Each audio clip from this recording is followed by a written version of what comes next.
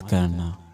حضرت علی کا فرمان ہے کہ زندگی میں اگر کچھ مانگنا پڑ جائے تو ہمیشہ اس پاک ذات سے مانگا کرو کہ وہ اگر دے تو اس کی رحمت ہے اور اگر نہ دے تو حکمت ہے۔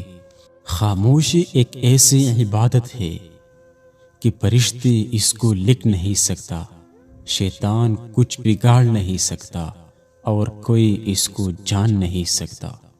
رب کہتا ہے کہ کسی کو تکلیف دے کر مجھ سے اپنی خوشی کی دعا مت کرنا، لیکن کسی کو ایک پل کی خوشی دینے کے بعد اپنی تکلیف کی فکر مت کرنا۔ اپنے غم و پریشانیوں کو سینے میں ہی دفن کرو کہ چہرے پہ سجانے سے تم کمزور ہو جاؤ گے۔ اگر انسان سے کچھ مانگو تو ذلت ہے کہ وہ دے دے تو اس کا احسان بن جاتا ہے، اور اگر نہ دے تو خود کی شرمندگی کہلاتی ہے۔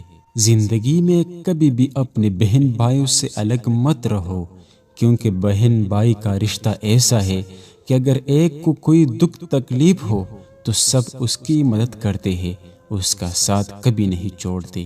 ماں باپ کے بعد گھر میں بڑا بھائی ہو یا بہن، اس کی ذمہ داری ہوتی ہے کہ وہ اپنے چھوٹے بہن بھائیوں سے اچھا سلوک کرے، ان کا سہارا بنے۔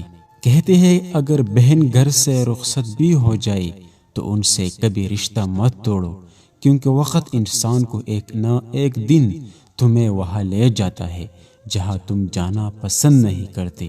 تمہارے راستے میں سوائے مشکلوں کے کچھ بھی نہیں ہوتا، تو اس وقت تمہیں بہنوں کے ساتھ کی ضرورت پڑے گی تو تم اپنی بہن کو پکارو گی تو وہ اپنی جان بھی تم پہ لٹا دے گی، مگر کبھی تم سے منہ نہیں موڑے گی۔ اگر تمہاری بہنیں گھر سے رخصتی کے بعد تم کچھ مانگنے آ جائے تو ان کی آنے پہ کبھی منہ مت بناؤ، اور نہیں ایسا کہو کہ اس کو مانگنے کے سوا کچھ بھی نہیں آتا، تو یہ اللہ کی مہربانی ہے کہ تمہارے بہن تمہارے دروازے پہ آتی ہے، تم سے مانگتی ہے۔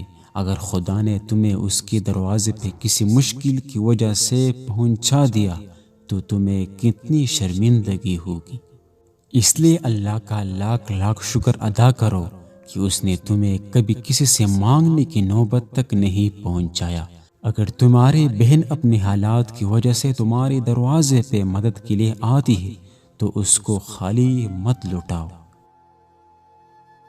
دوسروں کی خوشیوں کا ذریعہ ضرور بنے، مگر اپنی خوشیاں جہاں تک ہو سکے راز ہی رکھے، کیونکہ نظر برحق ہے اور یہ اونٹ کو ہانڈی اور انسان کو قبر میں پہنچا دیتی ہے۔ کسی کی مسکراتے چہرے کے پیچھے حسد اور جلن کو ہم نہیں جان سکتے۔ بعض دفعہ لوگ خاموش انسان کو بھی اندھا سمجھ لیتے۔